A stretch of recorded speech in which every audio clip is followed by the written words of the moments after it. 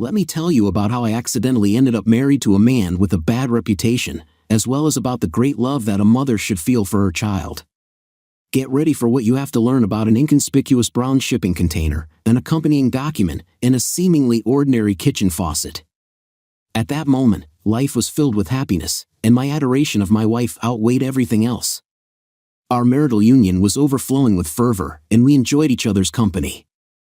At the same time, do not forget that our social life was boiling, embracing both friends and family.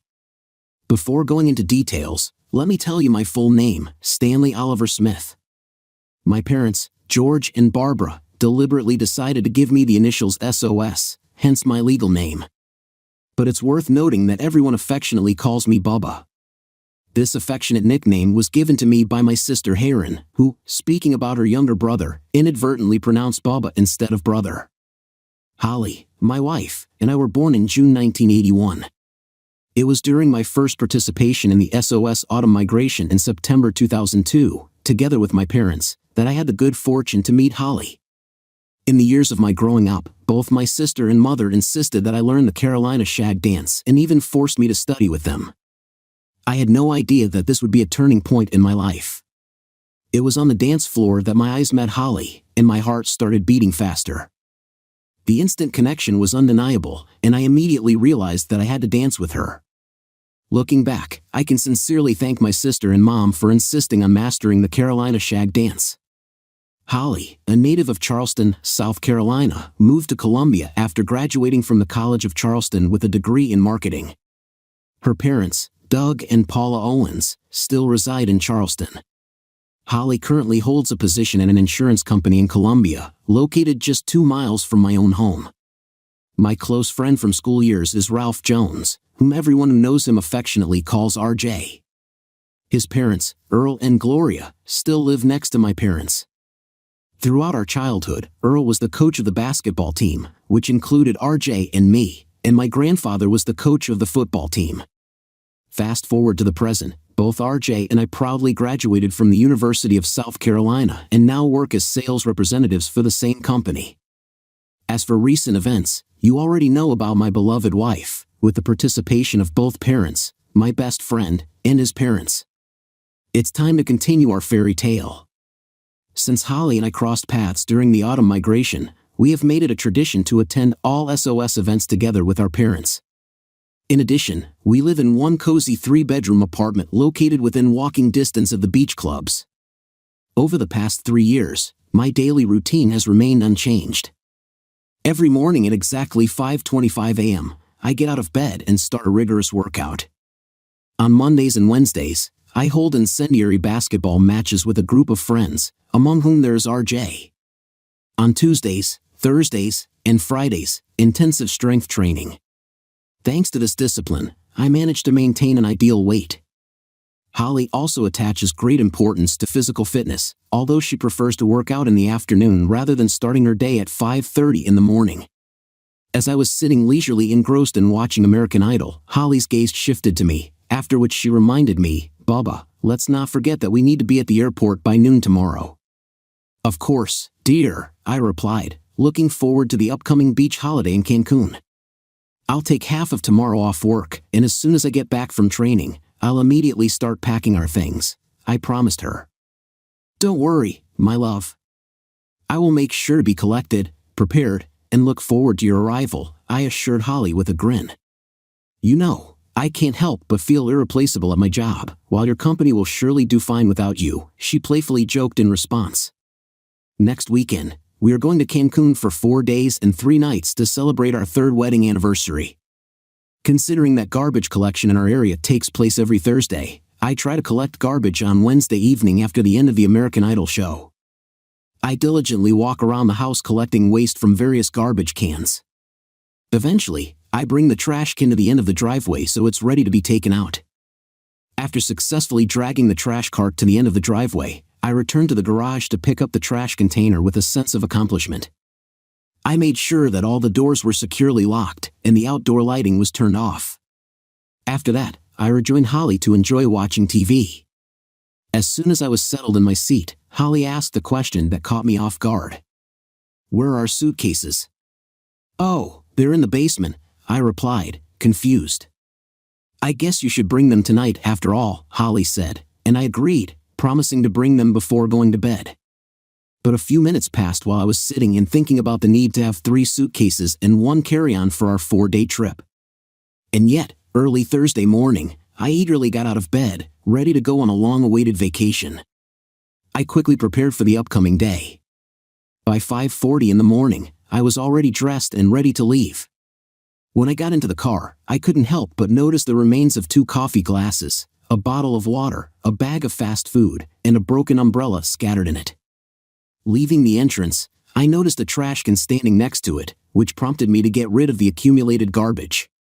When I opened the basket, I was amazed that there was an ordinary brown shipping box on it. Curiosity got the better of me, and I wondered who could have added their trash to mine. But when I picked up the box and noticed that it was addressed to Hall Owens, I was shocked. Suddenly, 2 additional subjects demanded my immediate attention, and I had no time to think.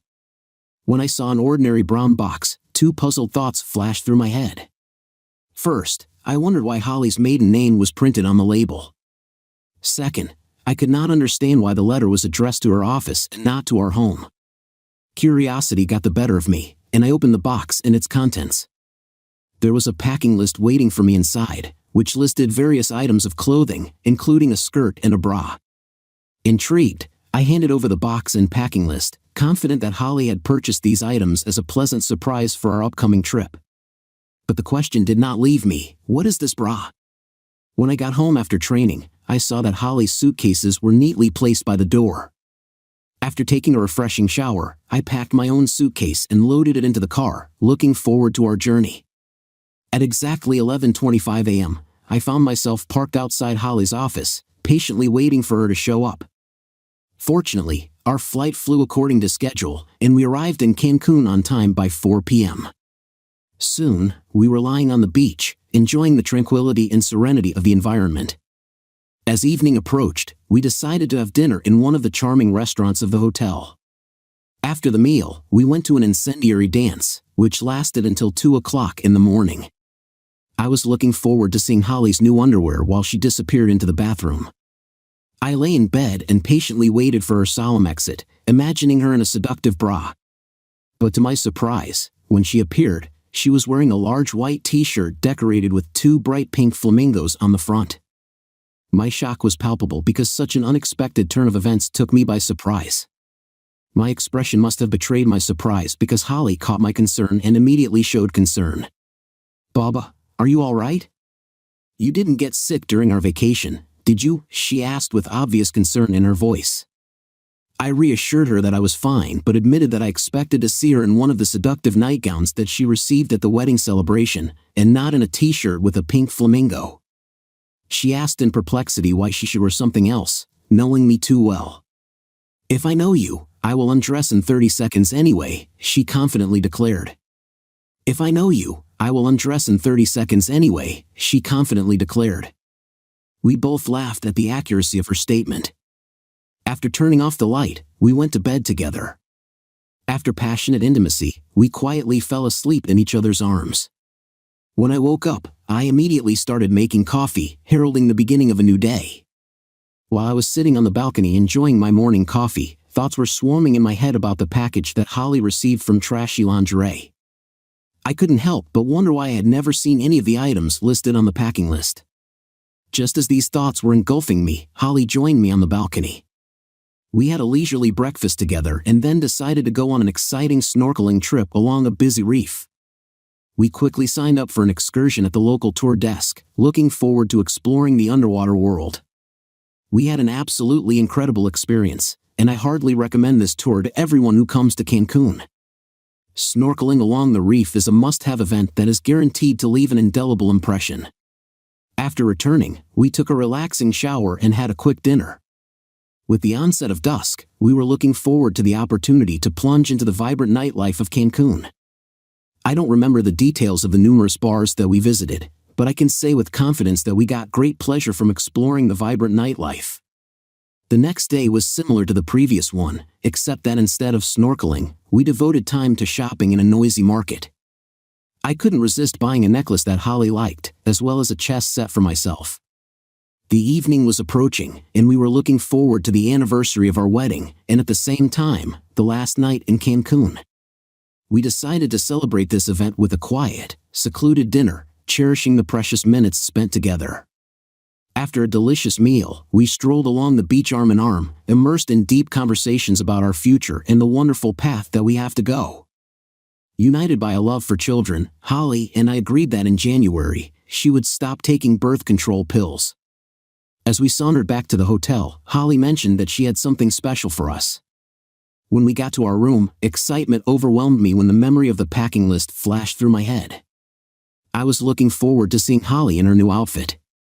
Entering the room, Holly quickly grabbed her carry-on bag and disappeared into the bathroom. At this time, I took out a gift that I bought for her on our anniversary. A few moments later, Holly emerged from the bathroom with an unambiguous grin on her face. But oddly enough, she was wearing the same outfit as at dinner. There was confusion in the air, and I couldn't figure out what exactly her surprise was. With excitement, Holly handed me an envelope and exclaimed, "Happy anniversary. I love you so much. You've made me the happiest woman on earth. Now, open it quickly. I can't wait to see your reaction when you find out what's inside." Her delight was contagious, and I couldn't help but be intrigued by her excitement. Deciding to play along with her, I replied, "Holly, my love for you is only getting stronger every day. Before we open my gift, why don't you open yours?" She protested that she was looking forward to this secret from me. The anticipation in the room was growing, and we were preparing to reveal the surprises that we had carefully planned for our special day. Not wanting to delay the moment any longer, Holly insisted that I immediately open the envelope and familiarize myself with its contents. And although I was doubtful at first, her firm confidence convinced me that I needed to act. Slowly unwrapping the envelope, I scanned the sincere words on the card and then turned my gaze to Holly. Suddenly, she screamed with joy, jumped into my arms, and bit into my lips with a kiss. "I knew you'd like it, and the expression on your face is priceless," she exclaimed with glee. The note enclosed in the postcard turned out to be an unusual surprise: a pair of tickets for the NASCAR night race at Bristol Motor Speedway in Bristol, Tennessee. For those who are not familiar with this event, it is an exciting and eventful race that is cherished by racing fans. Getting tickets for the much-coveted night race in Bristol turned out to be an almost insurmountable task, but to my surprise, Holly managed to get them. Perplexed, I asked, "Thank you very much.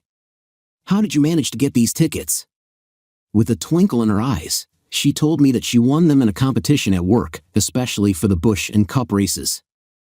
Overwhelmed with gratitude, I expressed my thanks for her winning this particular competition.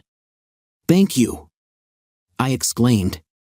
Wanting to reciprocate, I asked her to open the gift I had prepared for her. Taking Holly in my arms, I kissed her gently, conveying my love and appreciation for everything she had done. The next day, we got up early to spend a few more hours on the beach before leaving. By 1 o'clock in the afternoon, we were at the airport, looking forward to flying home. As soon as the plane took off, Holly fell asleep, leaving me alone with my thoughts. My head was spinning with questions related to the mysterious brown box and packing list. I couldn't recall that in the 4 years of my relationship with Holly, I had ever mentioned any company competition. A feeling of anxiety settled in me, forcing me to dig deeper and get to the truth. Why did Holly order underwear at Trashy Lingerie? What was the significance of her maiden name on the packing list, and what happened to these items of clothing? These pressing questions bothered me, but I didn't know how to get answers to them. Trying to maintain a semblance of normality, I thought I was succeeding until Holly asked the question that shattered my composure. "You're unusually quiet. Is everything all right?" Holly's worried voice brought me out of deep thought. "Yes, it's all right," I replied, trying to brush off suspicions. "I'm just thinking about work and what I need to do tomorrow.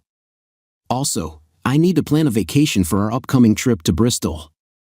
My answer seemed to calm her down, although unanswered questions and doubts continued to swirl in my head. The next morning, while playing basketball with the guys, my behavior did not go unnoticed. Nick, as always astute, took advantage of the break to express his thoughts. "Okay, Bubba, come clean. You've just returned from Cancun, where you celebrated your anniversary. You should be on top of the world, but you seem to be depressed. What's really going on with you?" Such directness took me by surprise, but I quickly pulled myself together. "It's okay, Nick," I replied, trying to brush off his concern. But confusion continued to grow inside me. "I guess I'm used to sleeping a little longer on vacation," I replied, hoping that my explanation would be enough. But Nick continued to insist, assuring me that my physical form did not go unnoticed, and that it was not the first time I was returning from vacation with concern written on his face. He claimed that something was bothering me, and as a friend, he would like to know what the cause of my stress was.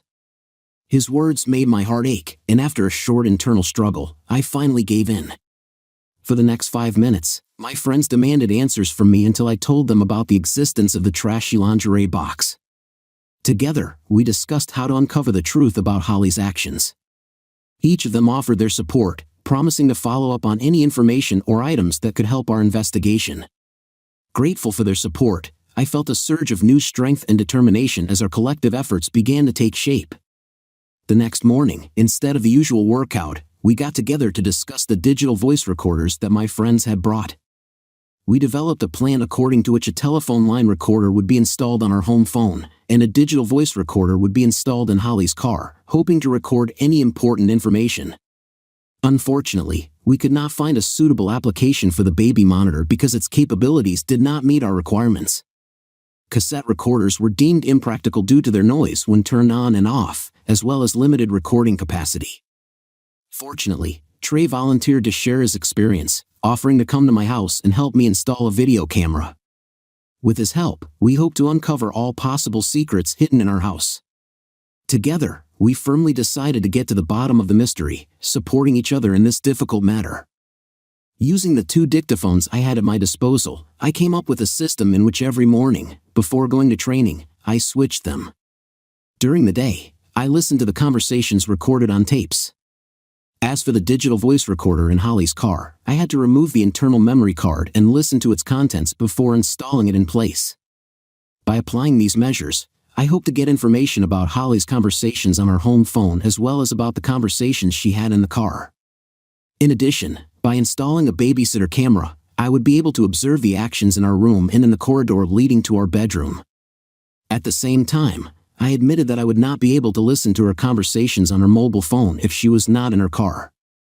In addition, I would not have access to her conversations in the workplace or in other places outside of our immediate environment. There was a problem: how to check where Holly is and who she spends time with when not with me. As far as I knew, her usual daily routine involved leaving home at 7:50 a.m. to go to work. After finishing work at 4:30 p.m., she went to training and then returned home. Sometimes she would visit and have dinner with my parents on some of my school nights. Given this information, we decided to collectively think about how to track Holly's movements during the day. But we faced a limitation: Holly was familiar with only one person from our basketball group, RJ, which means that he could not be involved in tracking. This made us think about alternative strategies for discreetly observing her actions and collecting the necessary information. When we gathered for the morning meeting, Jason shared an intriguing solution to our tracking problem. He said that he discussed this issue with his wife, who offered to involve his grandfather. It turned out that my grandfather often complained that he had nothing to do, which caused him to have anxiety attacks. Jason talked to Grandpa the night before, and he was happy to help us. Moreover, Grandfather offered to involve his brother, Bob, in our venture. One of them could be a driver, and the other could document everything that happens with a video camera. Driven by curiosity, we turned to each other, wanting to know the opinion of the group. Everyone unanimously agreed that Jason's wife had indeed come up with a brilliant idea. Interest in this idea grew as we realized the potential value of bringing Jason's grandfather and his brother to participate in our tracking. With their help, it seemed to us we would be able to quietly gather the necessary information and get closer to revealing the truth. The idea quickly caught on, and before I knew it, the rest of my basketball buddies were thinking about asking their grandparents to help us too. It was an unexpected turn of events. On Friday morning, I saw that not only my regular basketball friends were waiting for me, but also 2 other people. After getting acquainted, we wasted no time in developing a comprehensive plan for monitoring Holly's activities. The group was divided into teams, each of which received specific tasks for different days. They had to keep a close eye on Holly during her commute, lunch breaks, workouts, and homecoming. In addition, during the weekend, the group familiarized themselves with the main places such as my house, my parents' house, and Holly's office. This way, they would have a general idea of where Holly should be every day. The surveillance operation was supposed to begin on Monday morning. Every day, we gathered in the morning to share relevant information and coordinate our actions. Excitement and anticipation were felt in our group as we pulled our resources and worked together to uncover the truth about Holly's activities. At the Wednesday morning meeting, we gathered to analyze the events of the previous day. To our surprise, John introduced us to his friend Fred, who 2 years ago quit the security company and showed sincere interest in helping us. During the conversation, RJ drew attention to a significant gap in our surveillance plan. He said that apparently we managed to track almost all of Holly's actions except when she is at work. In search of a solution, he spoke about his research of companies engaged in online video surveillance and mentioned the availability of 8-hour digital voice recorders equipped with AC adapters and extended microphones. However, RJ admitted that there is a problem with these devices: they don't work properly. This prompted us to brainstorm alternative ideas and explore other possible options for monitoring Holly when she is in the workplace. Based on Fred's experience and the collective creative potential of the group, we were determined to find a suitable solution that would allow us to effectively track Holly's actions throughout the working day. Taking into account the concerns expressed, we delved into the possibility of introducing 8-hour digital voice recorders in Holly's office. Questions were raised regarding the logistics of the installation and the process of uploading records to my computer, which revealed potential problems. In addition, the group expressed doubts about the legal consequences of entering the territory or breaking in.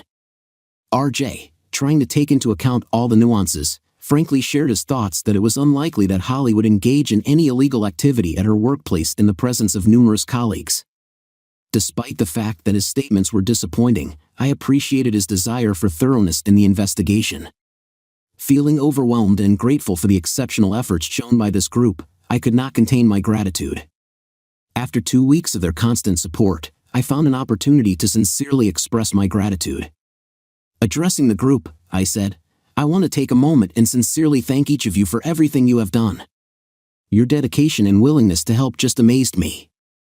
For the past 2 weeks, Holly has been performing the role of a faithful wife in an exemplary manner.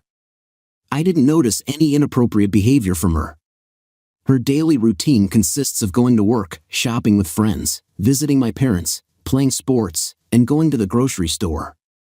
I only saw her in the company of her friends, colleagues, and my parents.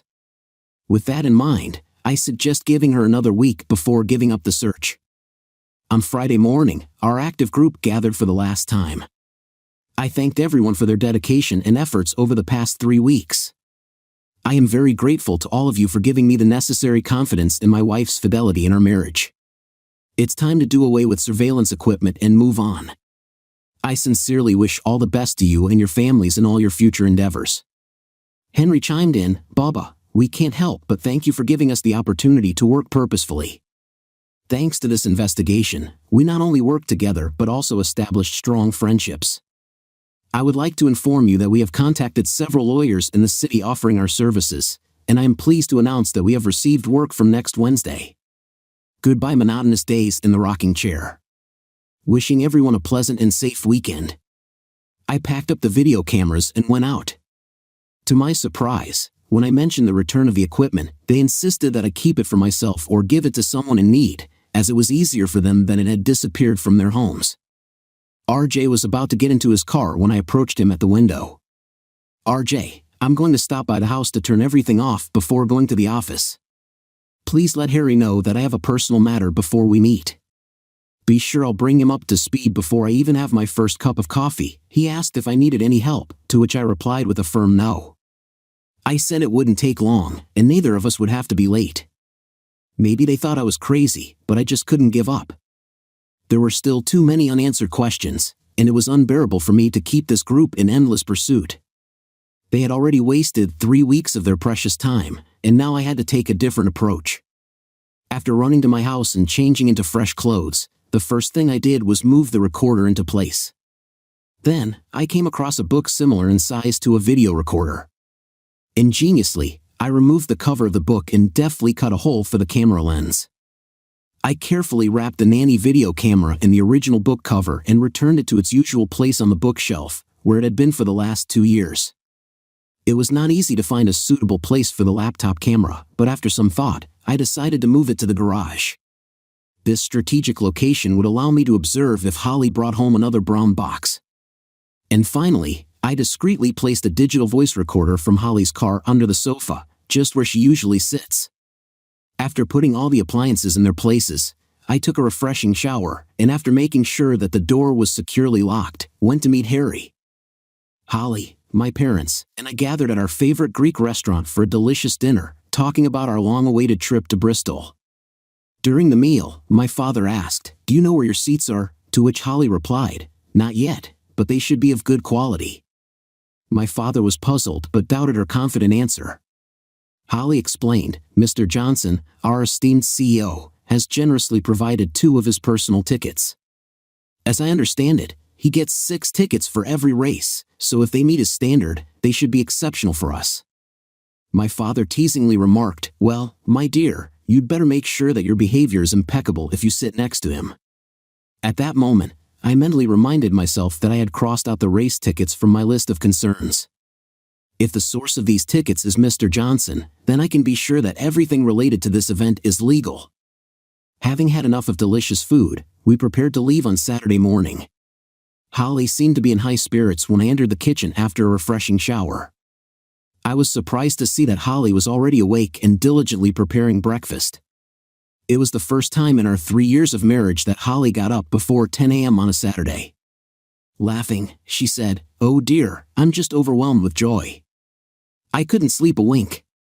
I am happy, of course, but it seems that your exultation surpasses even mine. What could have happened to cause such great joy?" We went on an incredible trip to Cancun, are looking forward to an exciting race in Bristol, and are even thinking about starting a family. I have many reasons for joy and gratitude, and I cannot express in words how much I love you. But let's put off breakfast for now and go back to bed to share our love. As much as I would like it, unfortunately, we don't have time. In case you forgot, this morning I'm accompanying Debbie, RJ's wife, to help her pick out a dress for her cousin's wedding next weekend. So, you woke up this morning because you're accompanying Debbie, right? It's not like that. Debbie won't arrive until 11 o'clock. In fact, I woke up early in the morning because I just wanted to spend time with you. Then let's go back to bed so I can demonstrate how much I love you. I know you love me, and tonight I'm going to show you how much I love you. In the meantime, please sit down and enjoy your breakfast. Yes, dear. The surprise breakfast was wonderful, and I really appreciate our time spent together. While Holly was cleaning the kitchen, I went outside to mow the lawn and wash the cars. Just as I finished washing the car, Debbie arrived. When we entered together, she accompanied me to check if Holly was ready. "I have to say that Holly is never late," Debbie asked me. "Well, Baba, what are you going to do while Holly is there?" "Spend your money?" Perplexed, I replied, "What are you talking about?" "As far as I understand, you are both going shopping in search of a dress, which means that you are using RJ's funds." Laughing, Debbie replied, "If Holly buys anything, it better be a new kitchen faucet."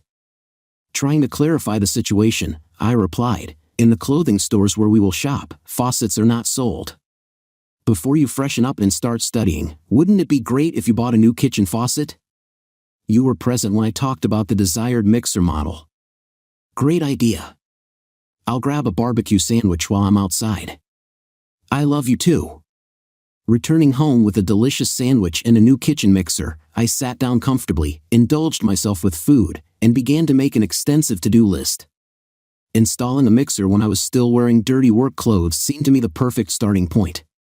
After carefully studying the instructions attached to the mixer and collecting my set of tools, I removed all the things from under the sink, preparing for the installation process. However, when I tried to remove the old mixer, I realized with a shudder that I did not have a suitable key for this task. Now I had 2 options. I could either go back to the store and buy the necessary key or borrow it from my father.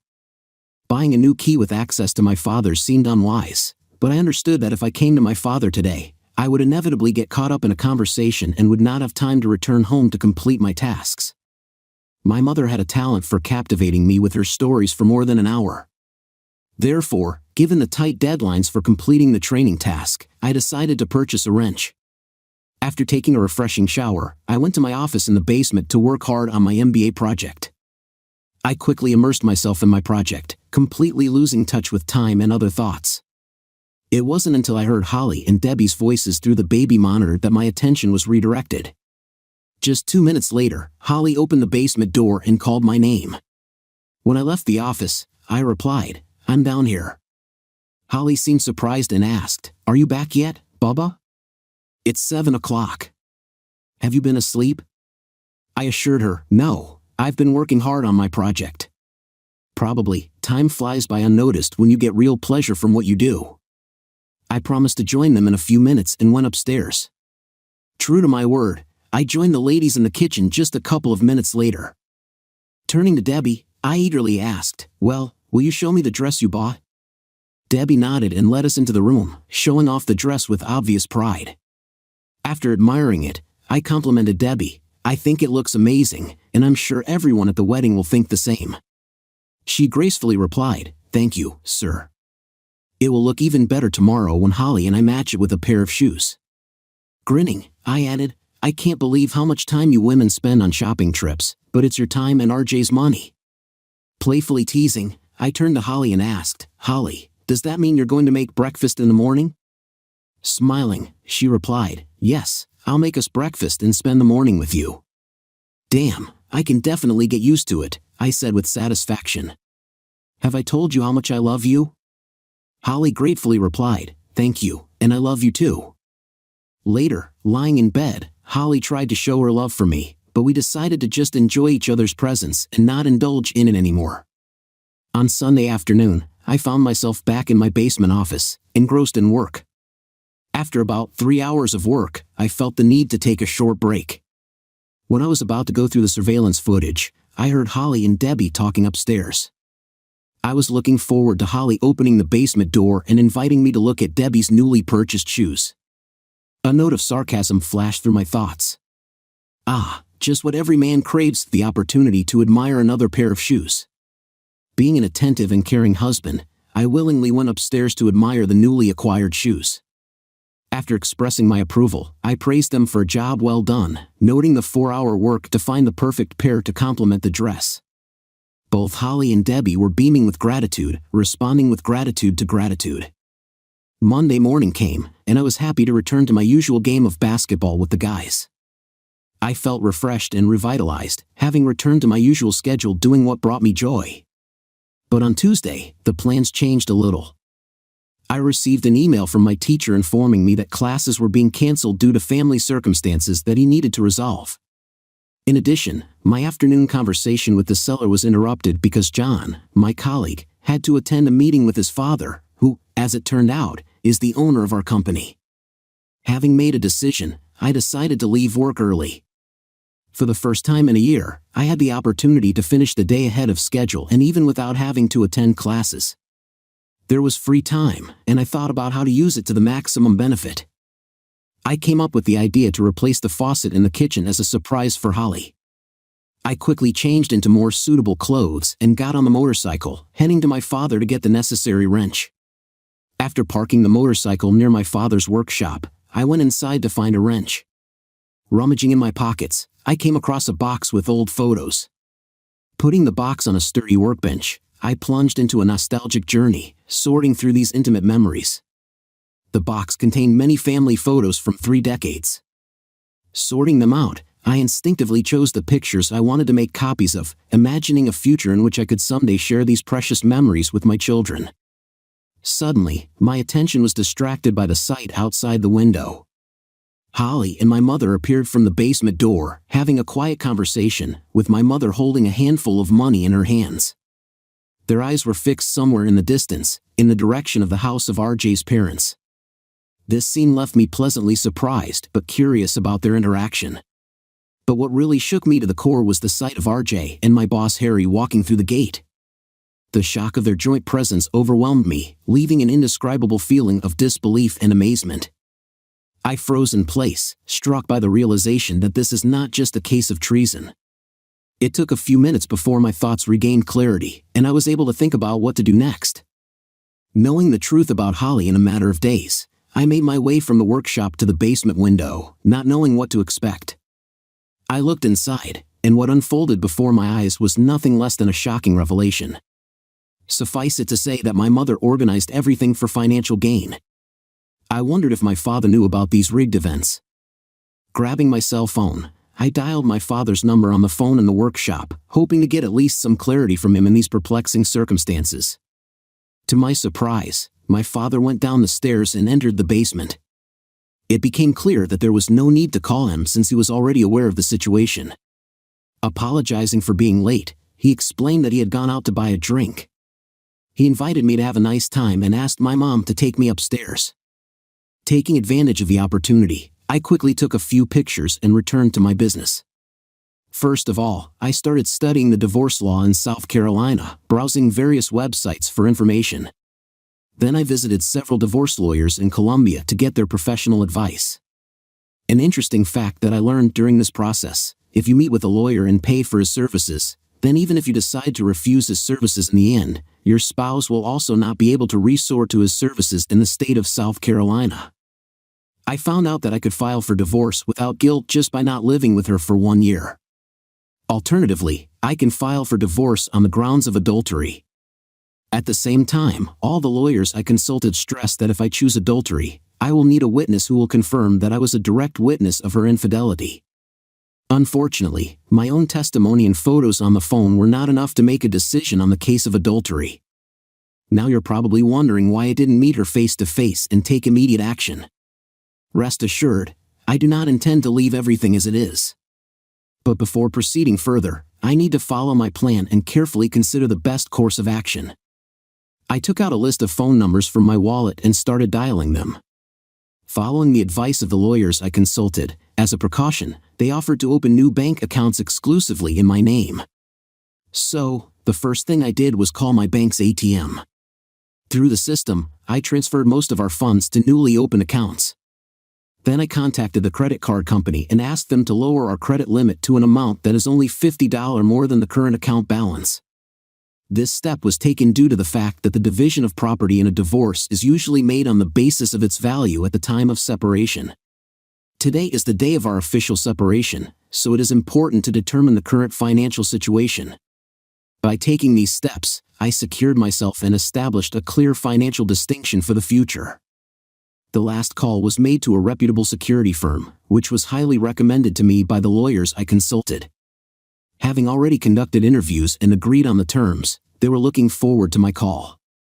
When I got through, Lonnie's supervisor on duty answered. I explained my situation to him and asked 3 agents to come to my parents' house.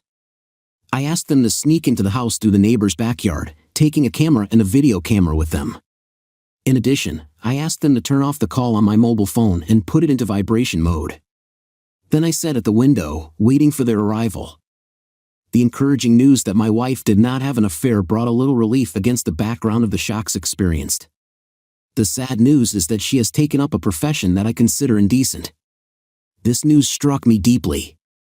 At this time, while I was waiting, my parents went to their car, the destination of which was unknown to me. I took out a 30-inch pipe, hoping that it would serve me as a means of self-defense. By the will of fate, the parents returned before the arrival of Jim, Derek, and Connie because of their actions.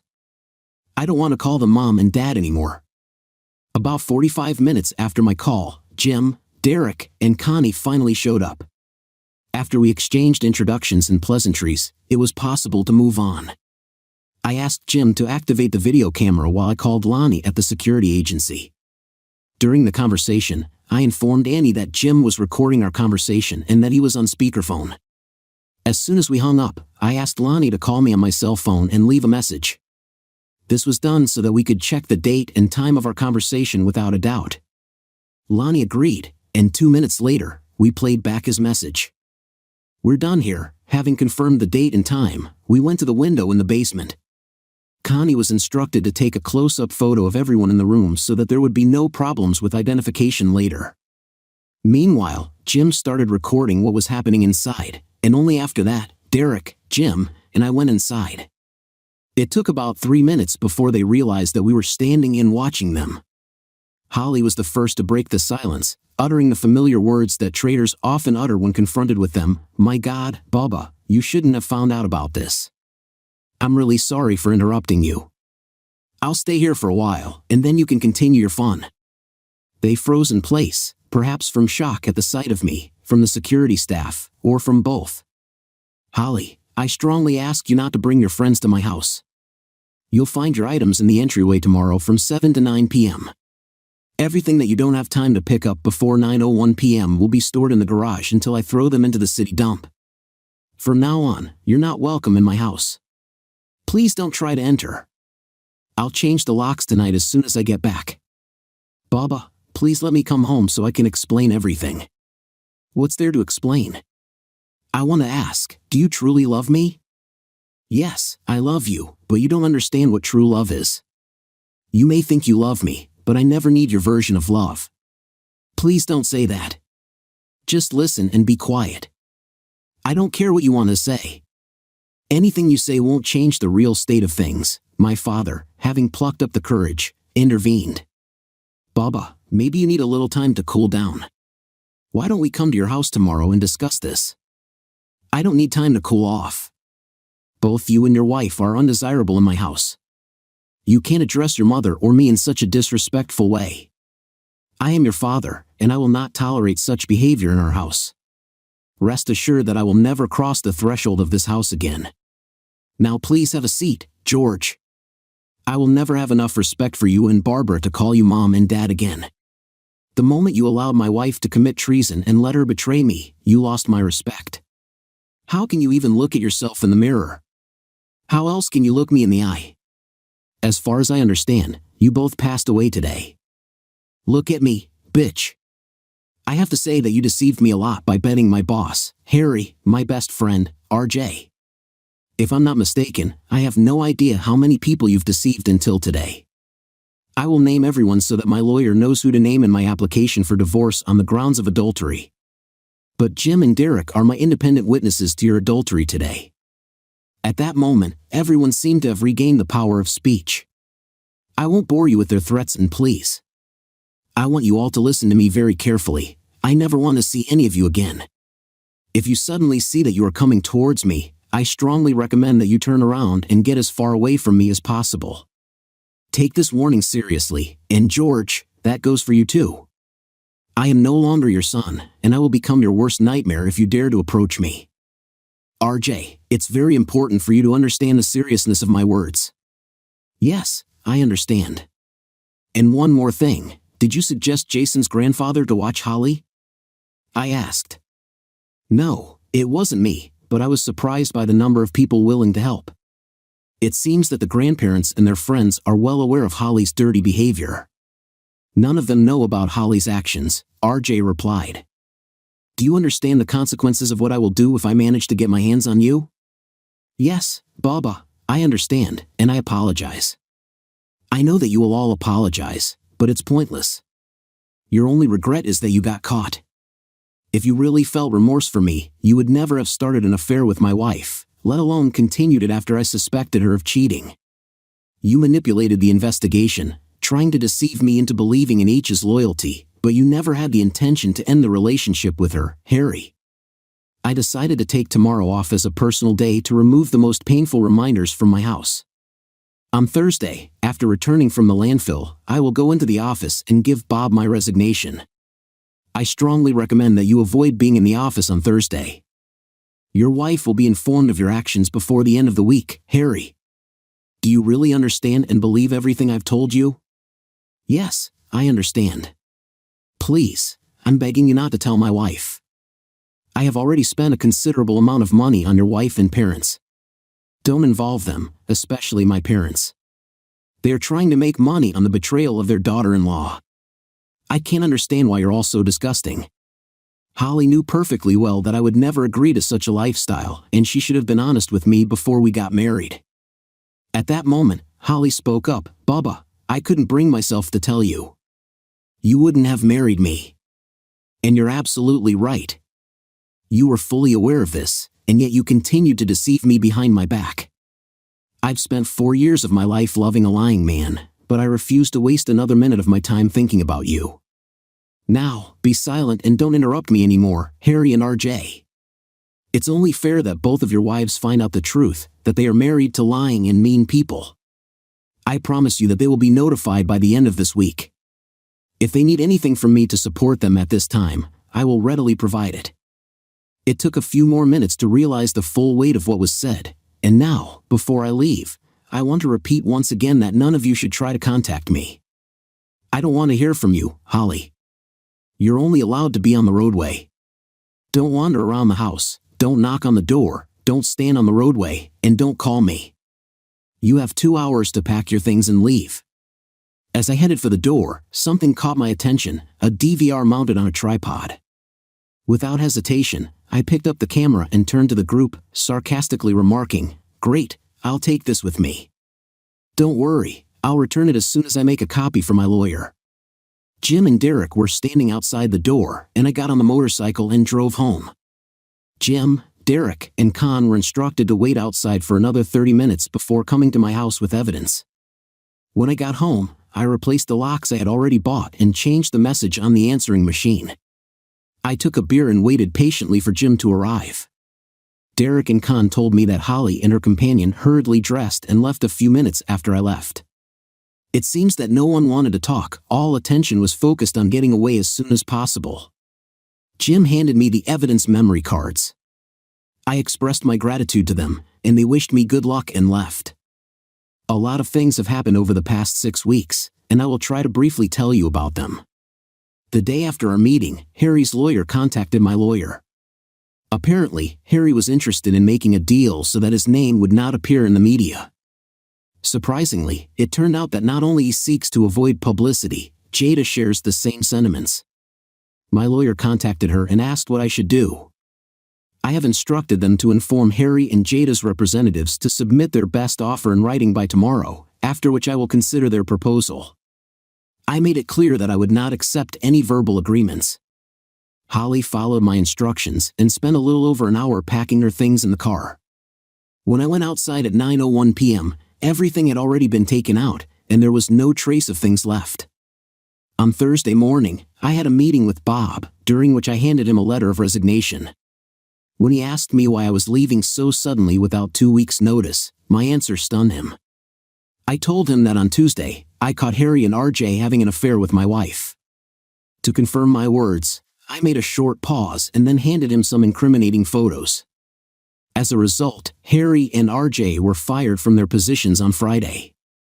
On Thursday, Holly's father left a message on my answering machine expressing his curiosity about the situation. In response, I decided to email him some convincing photos showing his daughter's involvement. He hasn't called since. I decided to call him and ask, "Do you know that my parents are involved in this?" There was a brief silence before he quietly replied, "Yes." I continued, "Did you know they were helping Holly?" This time, the pause dragged on before I heard, "My God, you found out." I couldn't believe it. "So, you knew and didn't tell me?" I stated, filled with anger. I replied, "I not only found out but also have photos as proof. Now I'm going to tell you the same thing I told your parents, you're dead to me." Pulling myself together, I said in an assertive tone, never try to contact me again." With that, I slowly hung up the phone. The next morning, I took action. I contacted the phone company and received a new phone number that was not included in the list. As a result of the discovery of the involvement of people close to me, friends and family members, I was forced to make a number of important decisions that changed my life. First of all, I decided to hold my head high, fully aware that I had done nothing wrong. My desire to live with dignity remained unchanged. Secondly, I have introduced a new daily routine. On Mondays and Wednesdays, I started running, finding solace and strength in physical exertion. In addition, I decided to do strength training on my own, which allowed me to focus on personal growth and self-improvement. Yesterday, I'd organized a meeting at my lawyer's office with the wives of those men who were trying to buy themselves out of trouble. During the meeting, I provided them with copies of all the evidence I had collected, including the money offer presented to me. It was very important for these women to understand what level of men they were married to, since I do not consider infidelity acceptable for a family union. It wasn't up to me to determine how my actions would affect their marriage. That decision was up to them. But I firmly believed that they deserved to know the truth. With the help of my lawyer, a meeting was arranged between Holly, her lawyer, and me. During this meeting, my lawyer showed a video clip with my proposal to settle the dispute. To my surprise, Holly agreed to the terms offered. After the meeting, my lawyer gave me a letter from Holly. Without thinking, I threw it in the trash without even opening it. As for other news, I should note that my house belongs only to me. According to my grandfather's will, he left me one of his rented apartments. This generous gift was made before I met Holly. Having your home unencumbered by mortgage payments is a real liberation. Barbara kept calling and leaving the same message every day until I changed my phone number. Her words were always the same: "Baba, I'm sorry, and I will always love you." And yet, it's hard for me to understand how she could truly love me. Personally, I think that a mother should not love her sons so much. As for Holly's forgiveness, it's safe to bet your last dollar that this won't happen in my lifetime. I also provided information that Holly was a corrupt girl to her employer, after which she was fired. In conclusion, I will tell you what I learned a year after my divorce from Holly. She continued her professional career as a selling girl. She was seen by one of my colleagues when he was having fun in his company. He invited a professional girl for intimate pleasure, and it turned out to be Holly. Apparently, Holly couldn't find a decent job and decided to earn money in such a familiar way. Story 3. My name is John. I'm 37 years old and I've been married to my wife, Kate, for 2 years. Kate, who is 35 years old, works as a teacher at a city college, and I am engaged in marketing. Our paths crossed at a party of mutual friends, where we immediately found a common language and struck up a friendship. Over time, we communicated on social networks, but our relationship remained platonic for quite a long time. During this period, Kate was already dating someone, and I was going through a breakup. But 4 years ago, on her birthday, I congratulated her on Facebook, which significantly affected our relationship. Until late at night, we continued to communicate without a break, and before we knew it, morning came. Having decided to prolong our communication, we decided to meet the next day and arrange an informal date over a cup of coffee. By a happy coincidence, Kate had no plans for the upcoming birthday, and I took it upon myself to make it unforgettable. We went to a lovely dinner and drove together for a long time, deepening our affection. From that moment on, our relationship developed, and 2 years ago, we got married and officially became husband and wife. Last month, we happily celebrated our second wedding anniversary. Life went on as usual until a few weeks ago, a close friend turned to me with an unexpected revelation. I suddenly crossed paths with a young man who looked to be in his 20s. Intrigued by their friendly communication, I asked my friend what was wrong with it, suggesting that perhaps it was just a casual acquaintance. However, my friend hesitantly replied that their body language speaks of much more than just friendship. They were sitting close to each other, the man's hand was on Kate's waist, and his lips were touching her cheeks. My friend admitted that he froze for a moment, hoping that it was just a misunderstanding. But unfortunately, he witnessed their warm, intimate embrace. Curiosity got the better of me, and I asked if my friend had managed to film their meeting. Unfortunately, he explained that the situation developed so unexpectedly that he did not have time to take a single picture. In addition, being in a public place, he was afraid of incurring the disapproving looks of others for photographing a couple in an intimate setting. Despite the credibility of my friend's story, it seemed to me too vague to tell Kate directly about what he witnessed. I couldn't bring myself to call her a cheater based only on someone else's observations. When I got home, I found Kate immersed in a book, seemingly oblivious to the events that had taken place. I found myself in a dilemma. I wanted to find out if Kate was really dating her friend that day, but I could not find the right approach that would not arouse suspicion and would not sound accusatory. It dawned on me that everything would be easier if we were a couple who shared all the details of their daily lives.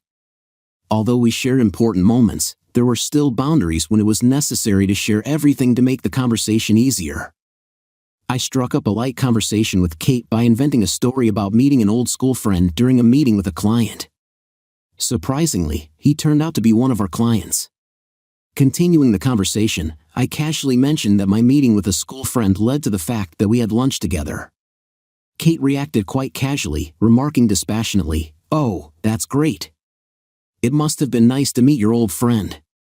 I just nodded in agreement, trying to find out the details. I asked about her day, hoping to get more details, but she replied that the day passed as usual without incident and plunged back into the book. It felt like something was wrong. If this mysterious person really was just a friend or colleague, she would most likely have mentioned the lunch meeting. Now it became clear that this was not just an acquaintance. After that day, my senses sharpened, and I began to closely monitor Kate's every move. For several days, I watched her closely, but her behavior seemed innocent and devoid of any suspicious actions. And yet, the nagging feeling wouldn't leave me, forcing me to take the next step, checking her phone. To this end, one night when she was fast asleep, I took the opportunity to access her phone. Having gained access, I saw that her mailbox and social networks were relatively clean and consisted exclusively of general conversations with colleagues and students. Not calming down, I began to study the log of her calls in search of possible clues. To my surprise, scrolling through Kate's phone, I found nothing alarming or suspicious. But deciding to dig deeper, I focused on the call history from the day my friend saw her with another man. It was during this period that I came across a phone call that intrigued me. The contact was saved under the name Rumi16, which meant that he was one of her students from the 2016 group. Kate had a habit of saving her students' contacts with their names and batch numbers for easy recognition. This discovery left me perplexed. Given the context of her relationship with this particular student, it could be assumed that she was sitting in a close circle of friends. I noticed that I scanned the chats of her colleagues and friends but completely ignored the chats with her students, which seemed strange and disturbing to me. The idea that my wife might have an affair with one of her students would never have occurred to me. Curiosity got the better of me, and I opened her WhatsApp again. To my shock, there was evidence of a month-long exchange of explicit messages between them. The previous messages were dated 2016 and contained words of farewell and wishes of all the best. I found out that about 2 months ago, he wrote her a message saying that he had returned to the city. It turned out that after graduating from university, he moved to Texas. Since I didn't have much time, I decided to export the entire chat to my email and then delete the conversation history. I wanted to carefully read all the messages they exchanged to understand how deep their connection was. During the night, I repeatedly looked through the messages, gradually discovering the truth that there was a physical relationship between them. Their relationship began in the last year of college when Kate became one of his teachers. Gradually, Rumi began to realize that Kate felt a certain sympathy for him, which led him to subtly flirt with her. Initially hesitant, Kate eventually succumbed to an inexplicable desire to experience physical intimacy with him and confessed her desires to Rumi. From that moment, their physical relationship began. But towards the end of his college studies, Rumi became attracted to another woman and fell in love. It turned out that Rumi's new love interest was the daughter of a wealthy businessman from Texas. After graduating from university, he decided to move to Texas with his girlfriend. Upon learning about this, Kate felt very disappointed. Trying to cheer her up, Rumi repeatedly communicated with her in the last months of their college studies. Reading the messages on her phone, I managed to get only to the point of farewell wishes, after which I paused. Fortunately, exporting the entire chat allowed me to get a complete picture of this narrative. I very much doubt that Kate would have gone into so much detail about all these details. Interestingly, during this period, Kate really had a relationship with another person. Such a revelation suggests that she has always been prone to deceit and betrayal. After Rooney's departure, he and Kate maintained minimal contact, exchanging the usual wishes on birthdays and at Christmas. But about 3 months ago, Rooney got in touch and said he was back in town with his new wife. It turned out that his wealthy girlfriend from Texas became his life partner. As it turned out, Rumi has now taken responsibility for his father-in-law's business in the city.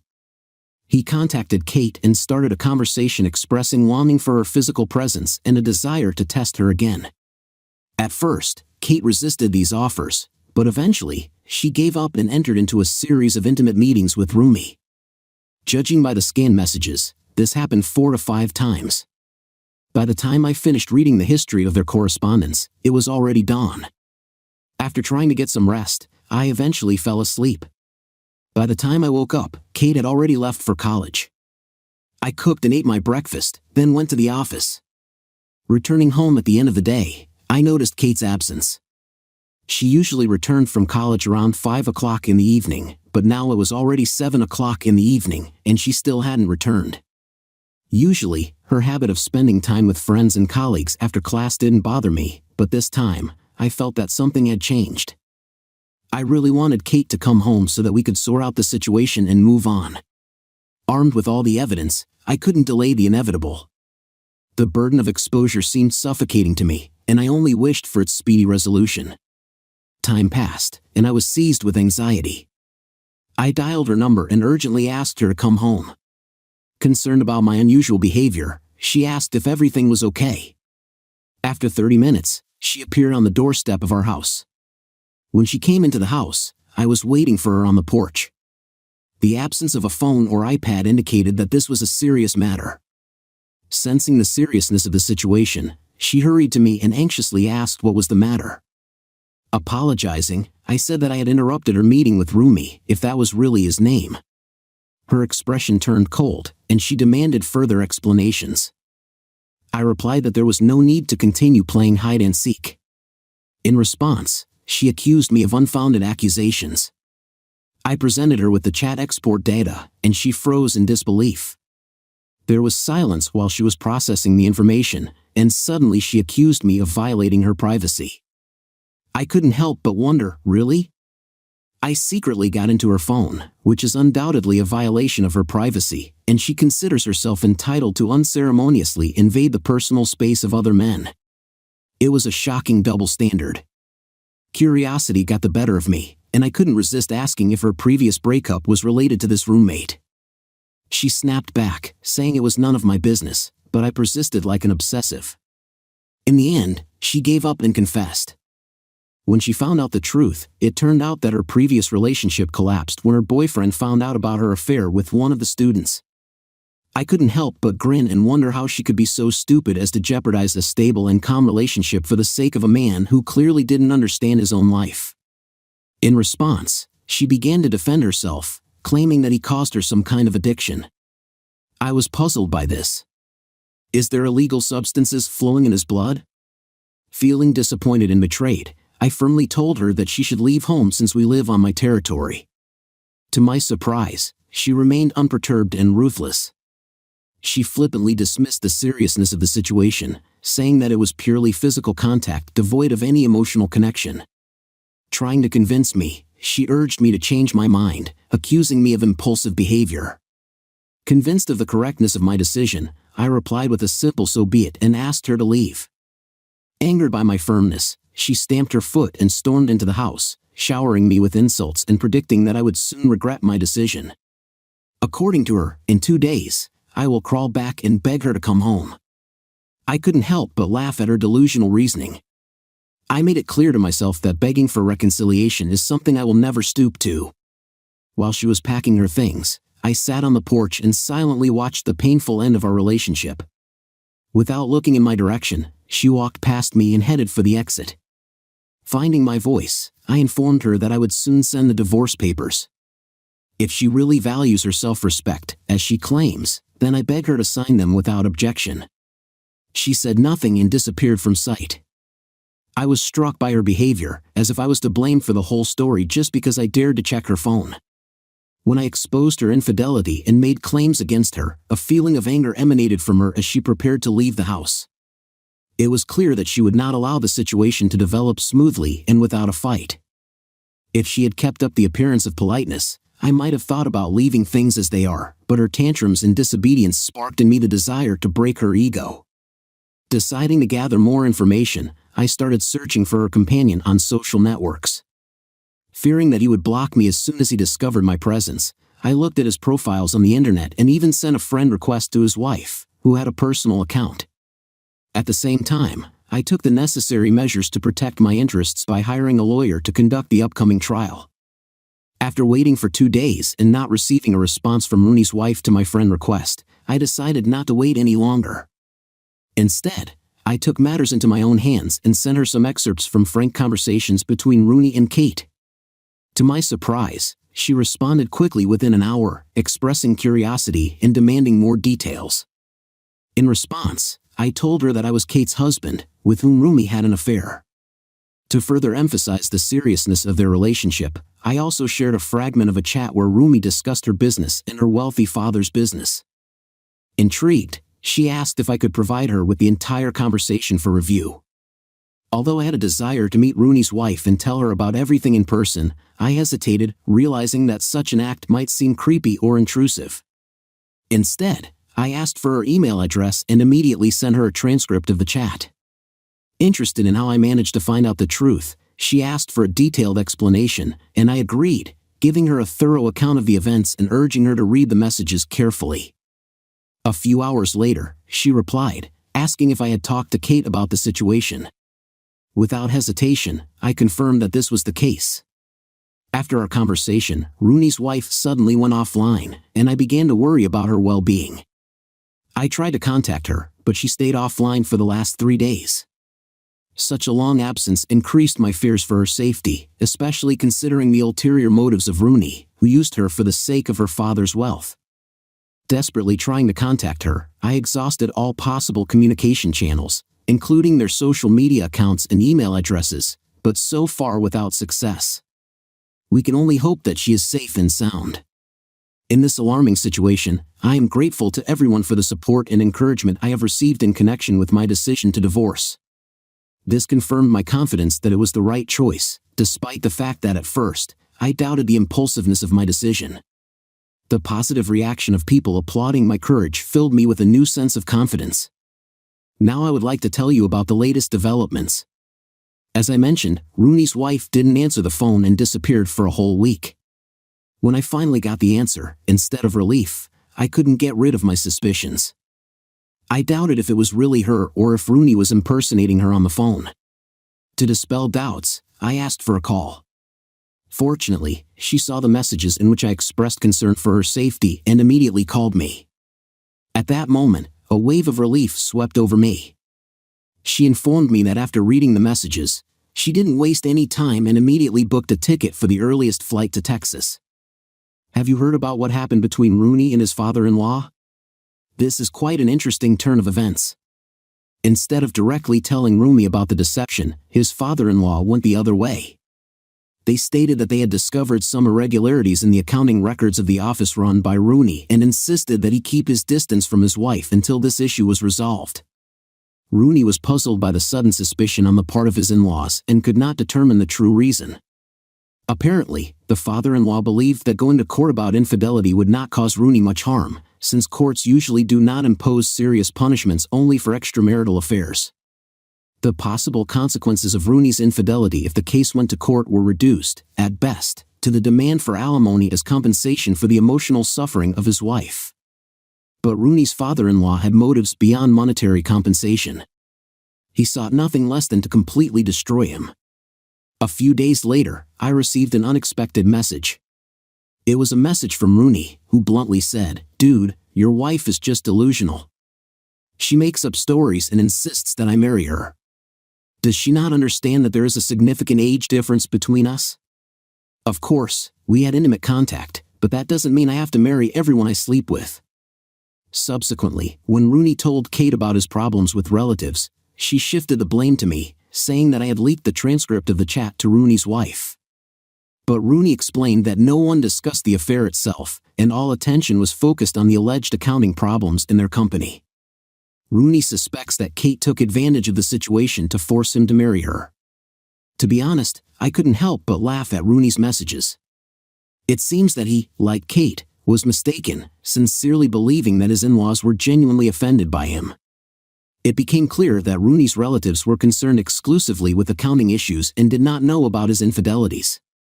About a month after this revelation, the divorce papers were finally prepared. Trying to get information about Kate's whereabouts, I contacted her mother and asked if Kate was staying with her. My question took her mother by surprise since Kate was not with her. Worried, she asked if everything was all right. I decided to be honest and told her the truth, but she hardly believed my words and insisted on seeing the evidence. By this point, constantly proving the truth to all participants in the process had already become tedious. Indeed, I was in a relationship with this woman for a significant period of time, 4 years.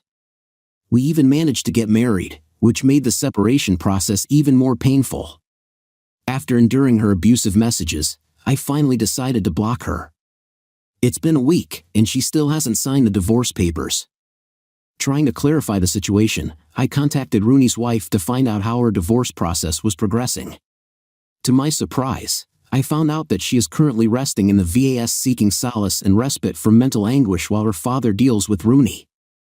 I will provide an update as soon as these issues are resolved. I'm currently focused on taking my mind off Kate and moving on with my life. And now, the latest news, my divorce is officially settled.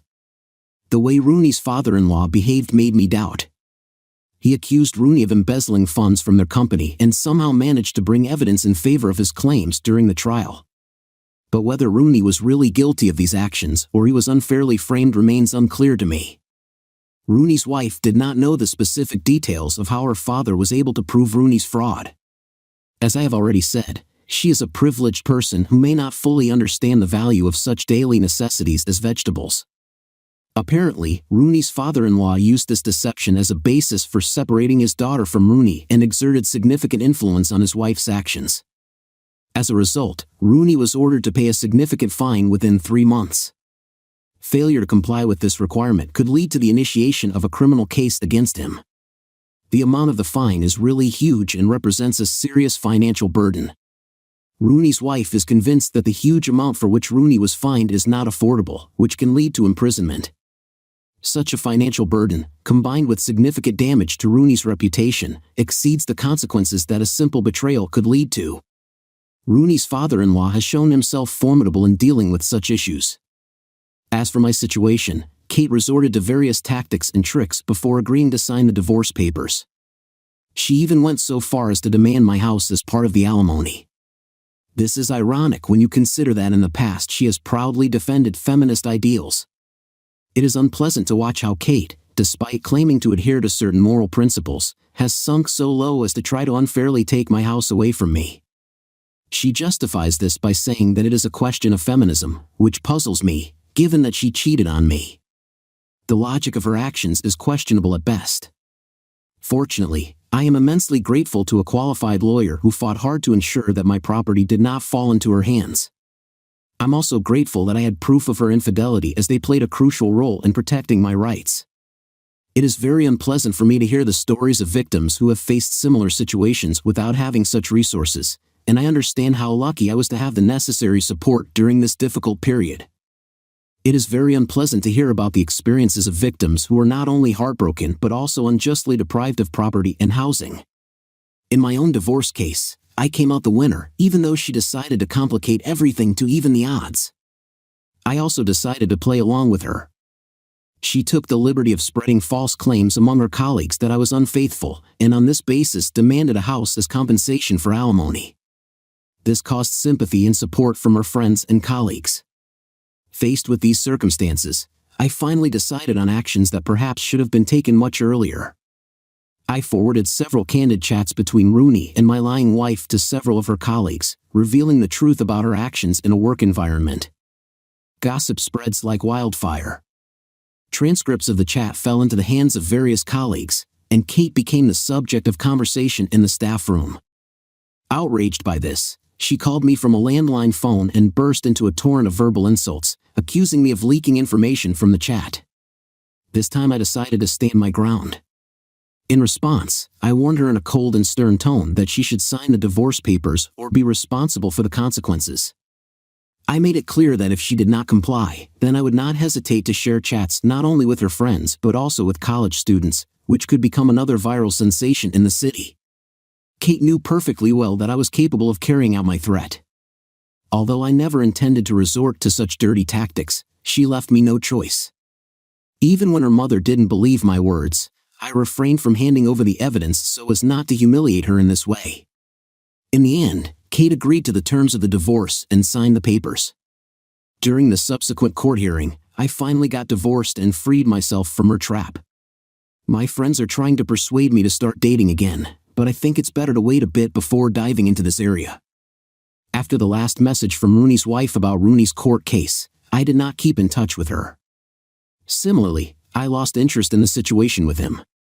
Our communication was connected exclusively with my divorce process, and now that everything is settled, I prefer to cut off all ties related to my past and current life. Now I want to move forward and start from scratch.